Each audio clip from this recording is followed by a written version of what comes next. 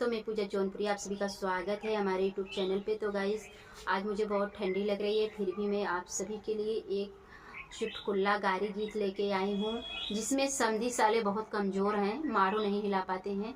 तो उसी पर का गीत है, तो आप लोग सुनिए, जैसा लगे कमेंट बॉक्स में ज़रूर बताना। मारो हिलाऊ न पावई कमजोर समाधि, कमजोर समाधि, मारो हिलाई न पावई कमजोर समाधि।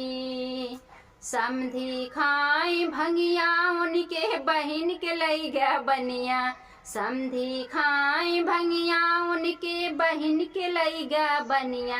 कमजोर समाधि हो कमजोर समाधि, समधी पकड़ू न पावे कमजोर समाधि, समधी पकड़ू न पावे कमजोर समाधि। मारो हिलाई न पावे कमजोर समाधि, मारो हिलायू न पावे कमजोर समाधि, कमजोर समाधि। समधी खाई आलू उनके बुआ के लई गया भालू, कमजोर समाधि, कमजोर समाधि, समधी पकड़ू न पावे कमजोर समाधि, समधी पकड़ू न पावे कमजोर समाधि।